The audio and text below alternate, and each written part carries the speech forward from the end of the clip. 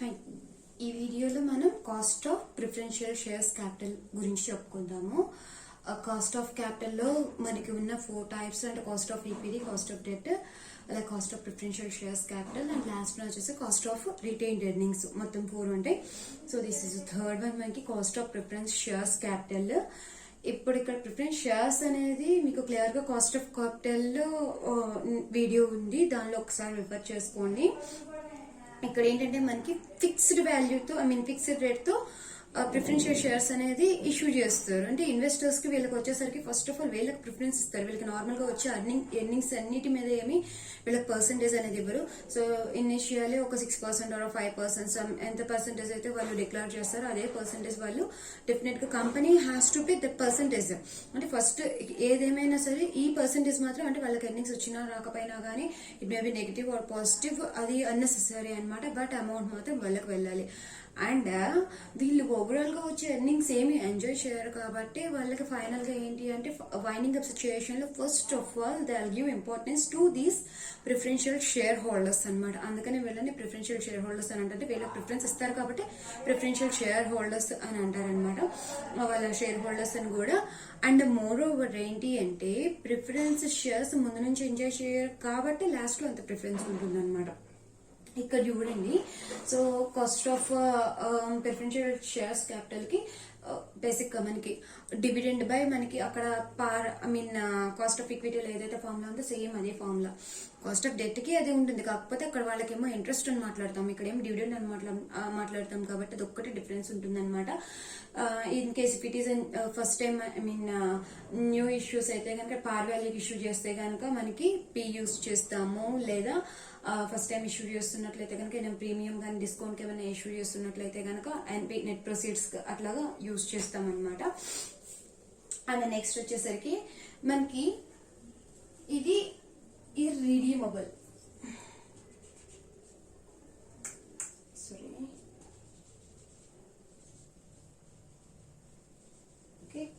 ఇర్రెడీమబుల్ and ఇది వచ్చేసరికి మనకి రెడీమబుల్ అవుతుంది అనమాట.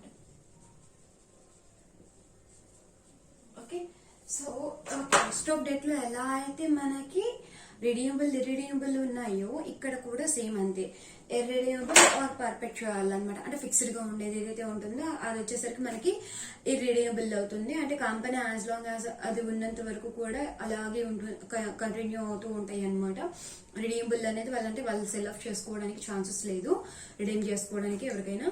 అండ్ వేరేజ్ ఈ రిడీమబుల్ అయితే కనుక వాళ్ళు సెల్ ఆఫ్ చేసుకోవడానికి లేదా పర్టికులర్ మెచ్యూరిటీ పీరియడ్ తర్వాత అవి రిడీమ్ చేసుకోవడానికి ఛాన్సెస్ ఉంటాయి అనమాట. సో అవి వచ్చేసరికి మనకి రిడీమబుల్ అంటాము.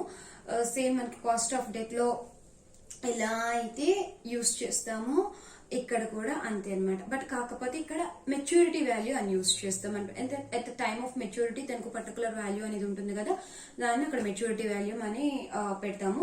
ఇప్పుడు all the remaining is same. D for dividend, P for proceeds at par value, NP వచ్చేసరికి మనకి నెట్ ప్రొసీడ్స్ లో వచ్చేసరికి మనకి it may be at issuing at premium కానీ issuing at discount or issuing with flotation cost ఏమైనా ఉంటే కనుక అవి యూస్ చేస్తాం కాబట్టి వాటిని నెట్ ప్రొసీడ్స్ అంటాము. అండ్ నెక్స్ట్ వచ్చేసరికి ఇప్పుడు ప్రాబ్లం చూడండి ఒకసారి. ఏ కంపెనీ ఇష్యూస్ 10,000, ఇక్కడ రూపీస్ మెన్షన్ చేయలేదు చూడండి, 10,000 10% preference shares of 10 rupees each. So ఇక్కడ మీనింగ్ ఏంటి అంటే రూపీస్ 10,000 అంటే కనుక ఎగ్జాక్ట్ గా అంత వర్త్ ఆఫ్ 10,000 ఇన్వెస్ట్మెంట్ అని చెప్పి మీనింగ్ వస్తుంది. బట్ ఇక్కడ మనకి కంపెనీ ఇష్యూస్ 10,000 అంటే nothing but 10,000 preference shares they are issuing with 10% preference share capital cost of ఆ షేర్స్ క్యాపిటల్ కి. అండ్ ఆఫ్ ఈచ్ అంటే ఒక్కొక్క దాని కాస్ట్ అంటే వాళ్ళు 10,000 ఇష్యూ చేస్తున్నారు కదా, ఈచ్ వన్ కాస్ట్ వచ్చేసరికి 10 రూపీస్ అనమాట. అంటే ఓవరాల్ గా వాళ్ళు ఎంత గ్యాదర్ చేద్దాం అనుకుంటున్నారు అంటే 10,000 shares into 10 rupees. It may be some 50,000 shares అనుకోండి, 50,000 షేర్స్ ఈచ్ వన్ వచ్చేసి 100 రూపీస్ అన్నారు అనుకోండి. సో 50,000 ఇంటూ 100 అలాగా. సో బేస్డ్ ఆన్ ఆ వాల్యూని బేస్ చేసుకొని మనం చేస్తామన్నమాట. క్లియర్ గా చూసుకోండి, అక్కడ అమౌంట్ మెన్షన్ చేస్తారా లేదంటే కనుక నెంబర్ ఆఫ్ షేర్స్ అనేది ఇచ్చారా అనేది క్లియర్ గా చూసుకోండి. And now the first one is calculate cost of capital. First thing వచ్చేసరికి ఇఫ్ యాజ్ ఇట్ ఈస్ ఇర్రెడీమబుల్ అంటే ఇర్రెడీమబుల్ అనుకొని చేయమంటున్నారు. నెక్స్ట్ వచ్చేసరికి if it is redeemable after 10 years. What is the value of KP at par? And ఇంకొకటి కూడా ఇచ్చారు at 5% premium. అంటే రెండింటి దగ్గర అనమాట. పార్ వాల్యూ దగ్గర రెడీమ్ చేసుకుంటే ఎలాగా ఉంటుంది, 5% ప్రీమియంతో రెడీమ్ చేస్తే ఎలా ఉంటుంది, బోత్ రెండు కూడా క్యాలిక్యులేట్ చేయమంటున్నారు. సో ఫస్ట్ వచ్చేసరికి మనము ఏమేమని అనేక నెంబర్ ఆఫ్ షేర్స్ ఉన్నాయి కదా మనకి. సో నెంబర్ ఆఫ్ షేర్స్ వచ్చేసరికి దిస్ ఈస్ 10,000 ఉంటుంది. అండ్ ఇప్పుడు దీని మీద మనకి డివిడెండ్ ఎలా వస్తుంది, ముందు మనం ఓవరాల్ ఎంత గెయిన్ చేస్తాం, మీన్ క్యాపిటల్ ఎంతో చూద్దాము. Okay, capital is going to be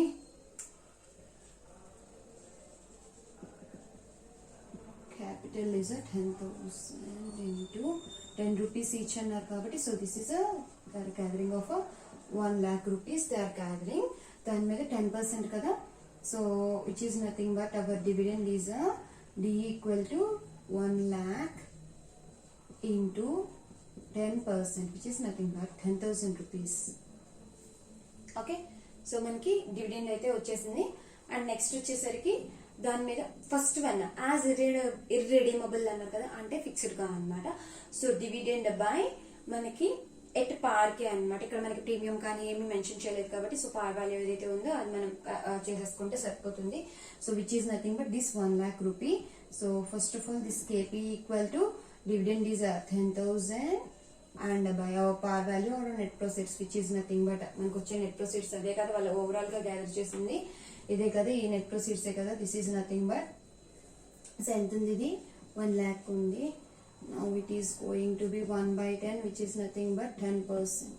okay, so first one మనకి ఇక్కడతో కంప్లీట్ అయిపోయింది.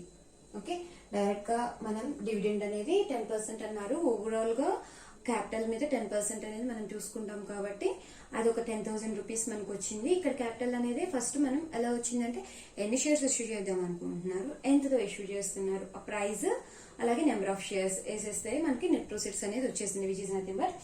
అండ్ నెక్స్ట్ ఇప్పుడు వచ్చేసరికి మనకి ఇఫ్ రెడీమబుల్ అన్నారు కదా, సెల్ ఆఫ్ చేస్తే కనుక అప్పుడు నా the maturity value is going to be. And ఇక్కడ దీనిలో వచ్చేసరికి నెంబర్ ఆఫ్ ఇయర్స్ ఎంత ఇచ్చారండి, 10 ఇచ్చారు. And coming to the maturity value for the first one, maturity value at పారే అన్నారు. అంటే ఆఫ్టర్ ఈవెన్ 10 years తర్వాత కూడా సేమ్ అదే ప్రైస్ ఉంది అన్నారు కాబట్టి, సో నెట్ ప్రొసీడ్స్ మనకి ఏదైతే ఉంటుందో అంతే ఉంటుంది which is nothing but this 1 lakh అన్నమాట. ఓకే, చేంజ్ ఏం లేదు, ఎట్ పార్ అన్నారు కాబట్టి which is nothing but this is at par. Okay, so now going to calculate this one. The dividend is the same 10,000. Now the KP equal to dividend plus which is nothing but 10,000 plus maturity value, the same value 1 lakh minus net proceeds, that is nothing but 1 lakh. And ఇక్కడ వచ్చేసరికి మనకి 1/10, 10 years కదా, 1/n which is nothing but 1/10. And next the whole divided by this 1 lakh plus net proceeds 1 lakh whole divided by 2. Okay, so now this is value for 10,000. This is going to be 0. 10,000 by this is 1 lakh. Okay, 2 lakhs by 2 which is nothing but 1 lakh. So this is going to be 10,000 by again 1 lakh which is nothing but 1/10, that is a 10%. Okay, so first part లో మనకి at పార్ అన్నారు కాబట్టి change ఏం లేదన్నమాట. రెడీమబుల్ అయినా same after 10 years తర్వాత same అలాగే ఉంది. నెక్స్ట్ పార్ట్ చూద్దాం. నెక్స్ట్ పార్ట్ లో వచ్చేసరికి రెడీమబుల్ ఎట్ 5% ప్రీమియం అన్నారు. ఓకే, సో అప్పుడు బిలో వచ్చేసరికి the maturity value is going to be at 5% అన్నారు కాబట్టి ఏ అమౌంట్ కండి, ఈ 1 lakh కి 5%. ఓకే, సో దీని మీద 5% విచ్ ఇస్ నథింగ్ బట్ మనకి 1% ఇస్ 1000 అయితే కనుక ఇది 5,000 అవుతుంది అన్నమాట. So this is 1,05,000. Okay, so 5%, 5/100 మనం క్యాలిక్యులేట్ చేసుకుంటే ఓవరాల్ గా వచ్చేసరికి మనకి ముందు మనం క్యాలిక్యులేట్ చేసింది ప్రీమియం కదా, ఇది ప్రీమియం దగ్గర పెట్టుకోండి 5,000 వేస్తాను. ఓకే, సో అంటే 1 lakh మీద 5% 5,000 ఏమో ప్రీమియం అవుతుంది. మీకు ఇప్పుడు మెచ్యూరిటీ వాల్యూ వచ్చేసరికి ఆల్రెడీ ఈ 1 lakh నెట్ ప్రొసీడ్స్ అండ్ దాంతో పాటు ప్రీమియం యాడ్ అవుతుంది అన్నాం కాబట్టి అప్పుడు మనకి 5,000 which is nothing but 1,05,000. Or otherwise direct గా వేయాలి అంటే కనుక ఆల్రెడీ ఒక 100% అంటే సేమ్ అదే వాల్యూ మీద 5% అడిషనల్ ప్రీమియం అన్నారు కాబట్టి 5% అడిషనల్ గా మెచ్యూరిటీ వాల్యూ కాబట్టి సో 100% ప్లస్ 5% 105 తో మీరు క్యాలిక్యులేట్ చేసుకున్నా కానీ అదే వచ్చేస్తుంది. ఇన్స్టెడ్ ఆఫ్ దట్ దానికన్నా 5% ప్రీమియం సెపరేట్ గా క్యాలిక్యులేట్ చేసుకుని దాన్ని తెచ్చేసుకొని మీరు నెట్ ప్రొసీడ్స్ యాడ్ చేసేసుకుంటే మనకి మెచ్యూరిటీ వాల్యూ అనేది వచ్చేస్తుంది. ఓకే, సో ఇప్పుడు మెచ్యూరిటీ వాల్యూ నాకు 1,05,000 అనేది వచ్చింది. అది same KP equal to new KP ఇప్పుడు వేరేది కదా, ఈ సెకండ్ ప్రొసీజర్ లో 10,000 ప్లస్ మెచ్యూరిటీ వాల్యూ వచ్చేసరికి నాకు 1,05,000 మైనస్ నెట్ ప్రొసీడ్స్ వచ్చేసరికి ఏమో నాకు 1 lakh. This is 1/10 and the whole divided by 1,05,000 plus 1 lakh by 2. So now this is going to be 10,000 and 1,05,000 minus 1 lakh which is nothing but 5,000. 5,000 by 10 అంటే మనకి 500 వస్తుంది. So 10,000 plus 500 which is nothing but 10,500.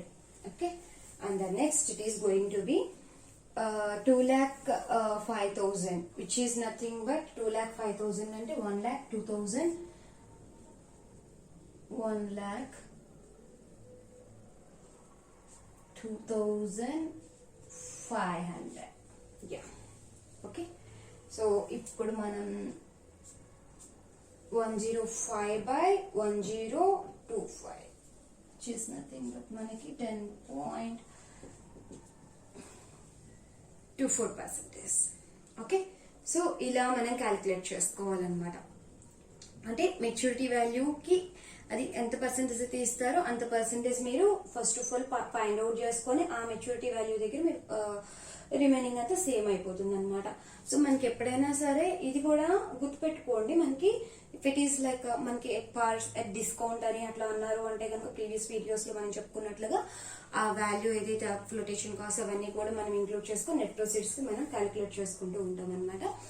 So overall గా మనకి cost of capital preferential shares వచ్చేసరికి ఇంకా మరి depth అయితే ఉండదు. బేసిక్ గా ఇవన్నీ కూడా జస్ట్ ఆల్ ఓవర్ బేసిక్ అనమాట. మరి అంటే డెప్త్ గా కాకుండా మోస్ట్లీ మన బీకామ్ గానీ లైక్ ఎంబీఏకి అయితే కనుక చాలా కొంచెం సింపుల్ గా ఉంటది. బట్ సిఏకి అయినా కానీ ఇంకా ఇంతకు మించి మరి కొంచెం వెళ్తారు డెప్త్ గా వెళ్తే. సో ఇవి వచ్చేసి ఇవి మినిమం అనమాట. ఇంకా మీరు ఎగ్జాంపుల్ గా ఏమైనా ఎగ్జామ్స్ లో అడిగినా గానీ డైరెక్ట్ గా జస్ట్ స్మాల్ ఎగ్జాంపుల్ లాగా మినిమం ఎలా అని తెలుసుకొని రాసేసుకోవచ్చు అనమాట. ఓవరాల్ గా అంటే particularly cost of preferential shares or particularly cost of equity capital అంటే కనుక ఈచ్ అండ్ ఎవ్రీథింగ్ మీరు ఎక్స్ప్లెయిన్ చేసుకుంటూ రావాలన్నమాట. సో కొంచెం ప్రెజెంటేషన్ అనేది కూడా ఉంటుంది. లేదు అంటే కనుక అసలు కాస్ట్ ఆఫ్ క్యాపిటల్ ఇచ్చారు అంటే కనుక మనకి కాస్ట్ ఆఫ్ క్యాపిటల్ అన్నిటి గురించి మొత్తం 4 types అటన్నిటి గురించి ఎక్స్ప్లెయిన్ చేసుకుంటూ if you want to present some example ఏమైనా చేయాలి అనుకుంటే కనుక అలా కూడా చేసుకోవచ్చు. So hope you understand this is also. Thank you so much.